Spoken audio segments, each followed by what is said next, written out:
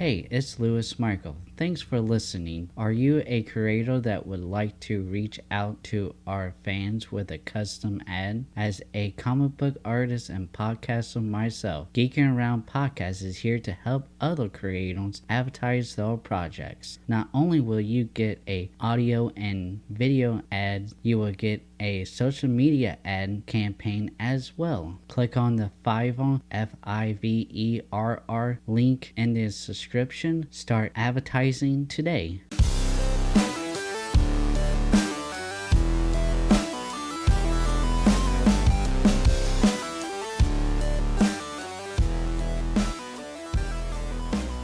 One, two, three. Hey everyone, this is Lewis Michael. Welcome back to another episode of Geeking Around.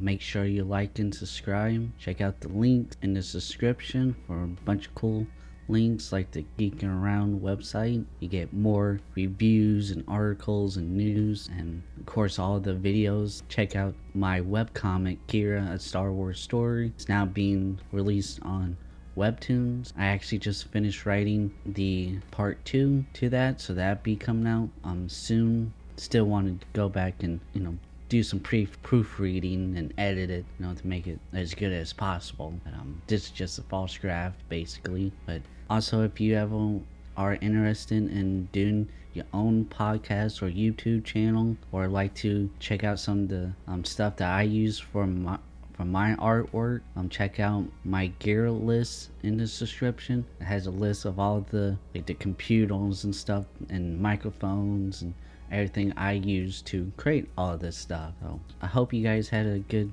holidays. I spent my holidays working on this stuff and playing Halo. So today we're gonna be going over Spider-Man No Way Home. So let's get into that. And, as always, the false part of the other review is spoiler free.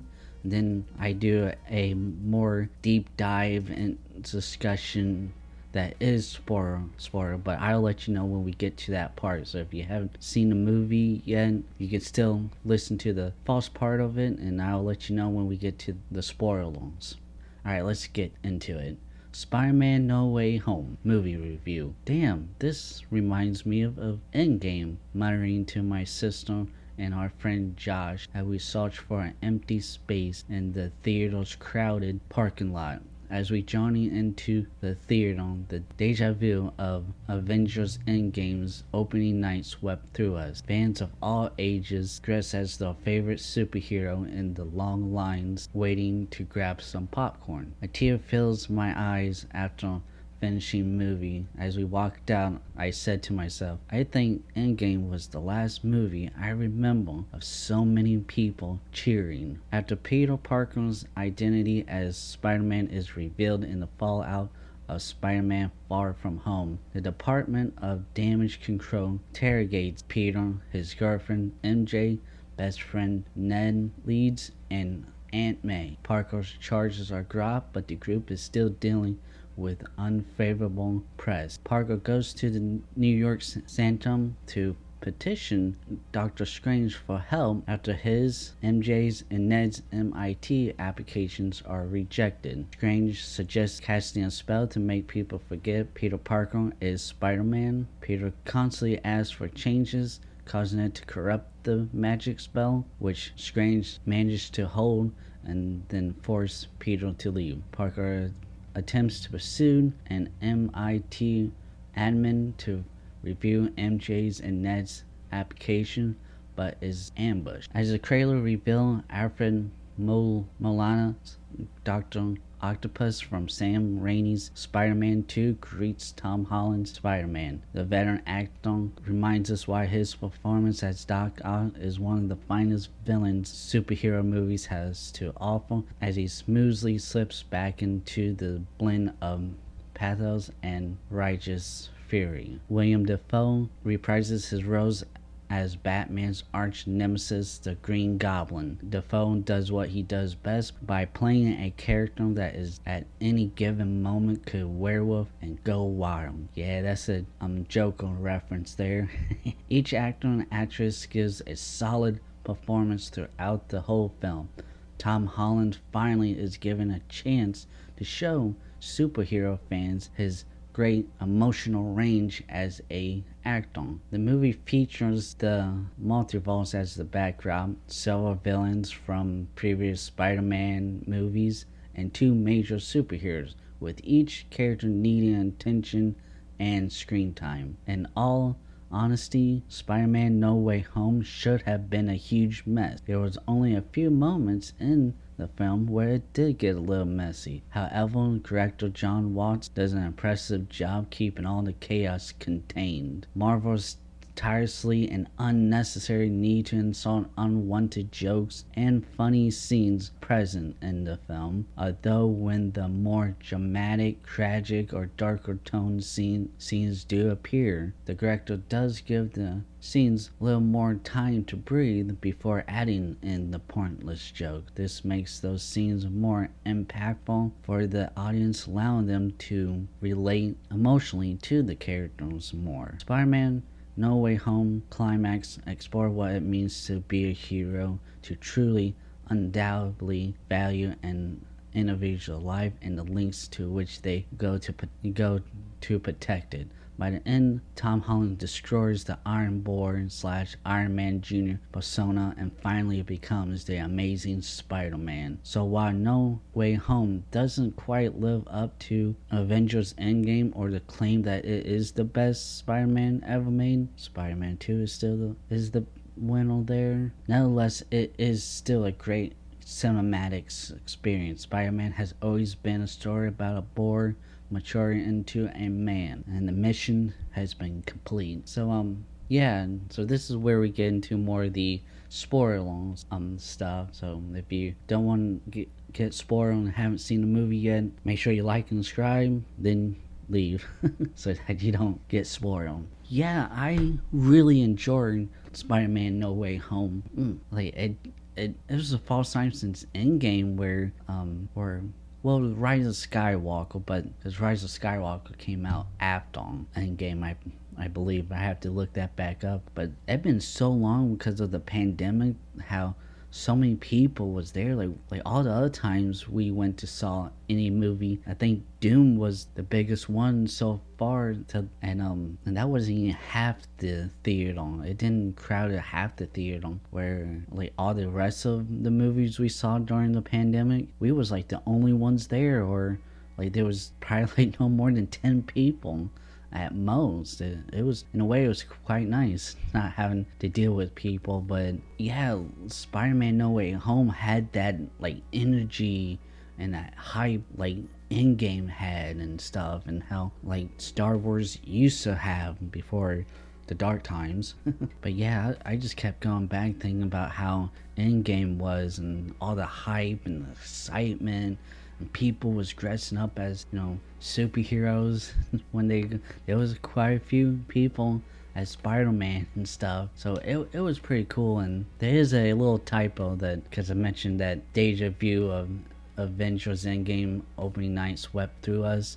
My friend Josh was not there when we went to Endgame, so this was his biggest movie release that he been to so far. He only been with, I think, Rise of Skywalker probably was the biggest one he went to with us. And as I said, the Rise of Skywalker wasn't as big, it seems like, or the excitement wasn't there, of course. So he was very surprised about how big it got. And I told him, like, dude, this is nothing compared to like The Force Awakens, or like even The Last Jedi, the opening night of The Last Jedi, and of course the Infinity War and the Endgame. Those were like on a next level. But yeah, and that's where I think a lot of I think Tom Holland talked about this not too long ago, about the experience that people have when going to watch these superhero movies, that a lot of these directors don't understand that it's talking shit on superhero movies. They was never meant to be really these art, how I put it, like great art, Oscar winning movies. They just a fun experience. And I think Martin Scorsese said that they was nothing more than a theme park. And yeah, I mean, we go to theme parks for the experience, the fun of it. And Spider-Man No Way Home was the funnest I had at the movies in a long time. As I said, probably was since Endgame. One thing I want to say, because I do work in the printing and newspaper industry, is that I thought it was so funny. Jay Jameson and the Daily Blue blog or whatever is now not a newspaper anymore. It's actually a podcast blog YouTube channel thing. I think that's funny, so funny, because I have seen that transition, because I worked in this industry for 10 years, and when I first got into it, it was doing okay, and then it started slowly where newspaper and printing industry is dead, and now everyone going to writing blogs and podcasts and YouTube to do it. And I thought that was really funny. He was in his basement and stuff, and green screen behind him and everything. I thought that was kind of funny. But yeah, like we have like Dr. Octopus and the Green Goblin. I didn't really mention my review, but there is also like Sandman, Lizzo from the Amazing Spider-Man, as well as Electro. I didn't really include those guys simply because they was pretty. I didn't think they was all that important. Lizzo, he just kind of like, everyone should be lizards, should be reptiles, and that was about it. And the lizard and Sandman's footage was actually footage from the movies that they was in. So I think they redubbed the voices, but other than that, it was all from the previous Spider-Man movies. And I didn't think though there wasn't much of a plot to really talk about them. I know a lot of other reviews and stuff talks a lot about Jamie Foxx as Electro, and I mean I didn't think it was all that great. Jamie Foxx played as Jamie Foxx. I mean, he made some jokes here and there, and he may have revealed Miles Morales, the Black Spider-Man, so that probably his highlight of the whole thing. But yeah, I think Dr. Octopus and performance and William Dafoe's performance as the Green Goblin was really the best and throughout this film. Like, William Dafoe did a lot of stunts, and I think his Green Goblin in this one was a more psychopath and more sinister and stuff. I think his fight between Spider-Man, Tom Holland's Spider-Man, after he revealed that something was wrong with him, like Spider-Man's trying to help them, and he did fix Dr. Ock, and his spider senses was tingling, and the Green Goblin split personality came back, and like, yeah, I think that was one of the most brutal superhero fights in superhero movies we have gotten so far. So I think that fight there was great.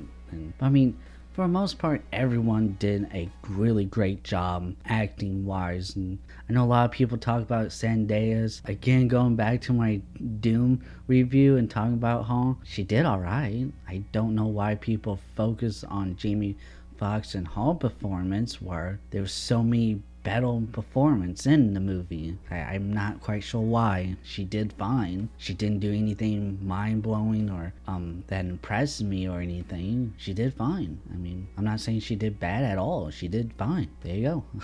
But yeah, and then when we got to the big reveals of that, if you've really been listening to the leaks or paying attention to the leaks, you already know. And yeah, Tobey Maguire and Andrew Garfield comes back as like Spider-Man 2 and Spider-Man 3, and the whole chemistry between the three Spider-Mans was perfect, and those were some of the best scenes ever in any superhero movie. Them not being like, they was more like brothers, Tom Holland the youngest, Andrew Garfield is the middle, and Tobey Maguire is the oldest, and like their interaction, it felt a lot of it was them improvising, and was genuine their reaction to each other, and it was perfect. One thing I really loved about the theater that I went to, well, what I love about the people that went to the theater, that was there in the theaters, how much love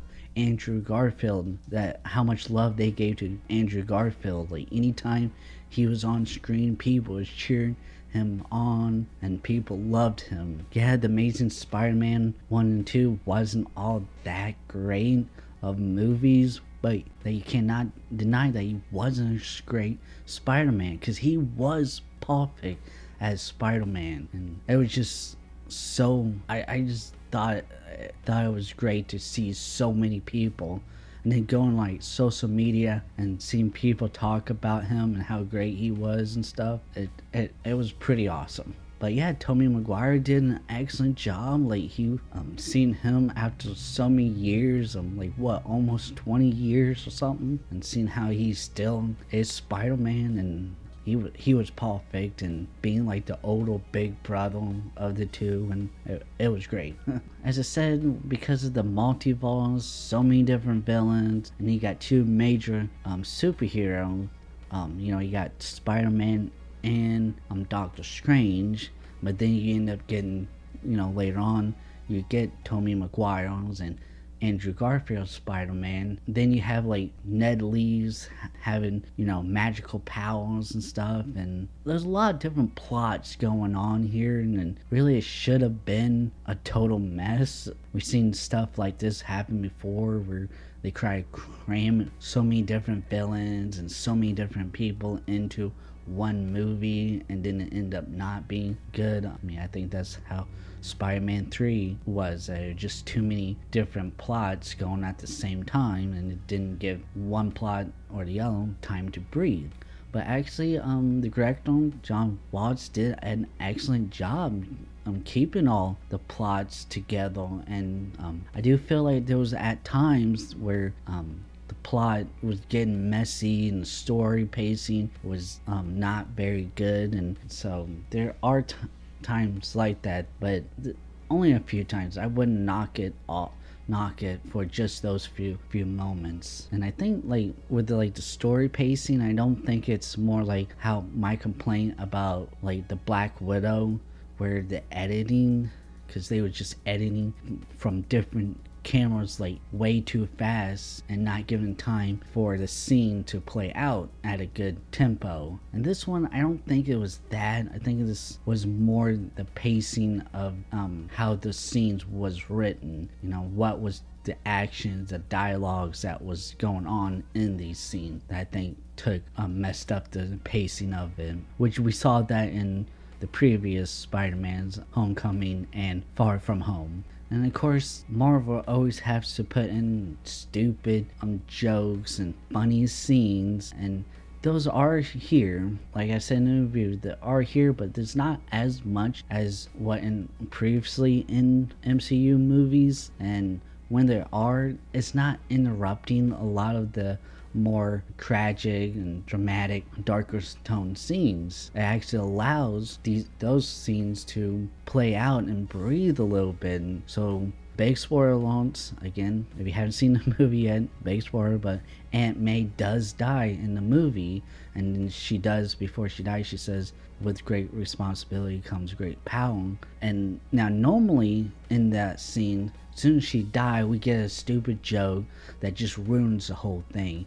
In this one, it actually gave us time to moan for her. Actually time to feel the pain that Peter Parker is going through while his aunt dies or is dead, and we start to connect with the character way more because we didn't get interrupted with some pointless joke, or it automatically went into a funny scene or something like in previous MCUs. And I strongly believe that if they do stop doing this and give us, the audience, time to connect with the character on an emotional level, maybe a lot of these directors would actually think these are good movies instead of thinking that these are mediocre movies and that are for little kids. I was glad to, like in Doom, I was so happy that there was no jokes, no funny scenes in it, and it was a breath of fresh air, I think I said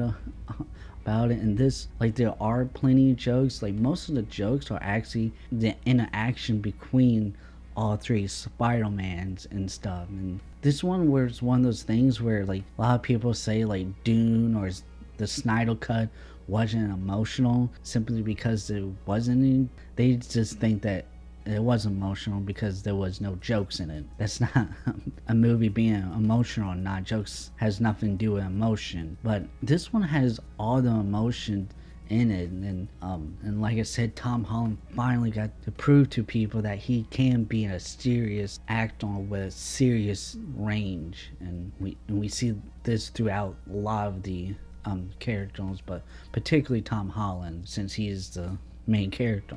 Yeah, Marvel, if you really want everyone to love it, including these self-righteous directors, maybe stop with all the dumb ass jokes. That would ruin Hawkeye for me. 5 seconds in, they making jokes, and it just kept coming and going. Like the jokes just like, I swear Marvel, when they edit these films, they have a shortcut key on the computer on where they go Command F or Command FUN, and it automatically randomly puts a joke in somewhere in the movie. I'm just so glad this movie didn't have that as much. There was some times where it did, but not as much as what previous movies of the MCU was. So, like, I do feel like the climax, which was great, was a little underwhelming. I just felt like, and this is how most of all the Tom Holland Spider-Man is, like, the problems, like the battles and stuff, has been mostly pretty self-contained, and just that this is just Peter's problem, or this is just, it's not like all of New York City is going to be destroyed, or all of Manhattan or Brooklyn or whatever is going to be destroyed. It's just like Spider-Man is going to be destroyed, and that's it. Like, okay, I feel like that's part of the problem with this trilogy, is that it doesn't have that big scope. And Spider-Man No Way Home does a really good job to trying to do that scope, but doesn't quite get it. But yeah, it's just one of those things where it was great, and I really disappointed once again. Marvel miss an opportunity to put in a awesome music, just like Iron Man. They didn't have Black Sabbath song for Iron Man, the false Iron Man. They have AC/DC Back in Black. Okay, that's stupid. To me, I think they should have that Nickelback song Heroes from the false Spider-Man, the Tobey Maguire Spider-Man. So when all three Spider-Mans, they so used to work alone that they wasn't really working as a team, so they came up with a plan to work as a team. And when they put the mask back on and ran and started swinging again, it should have been playing that song Heroes. They say the heroes could save us, not going away. And, I think that would have been so awesome. And I've seen people like on TikTok and YouTube adding in that song and stuff. And it's like, yeah, one of those missed opportunities that Marvel fucked up on costume to make movies and stuff. Well, that's it. Make sure you like and subscribe for more videos and stuff, and check out those links in the descriptions. I think next time I think I'm going to talk more about that article I was just talking about how the difference between streaming a movie and watching the movie in theaters. I think that's very interesting and stuff. But yeah, well, I see you next time. Bye.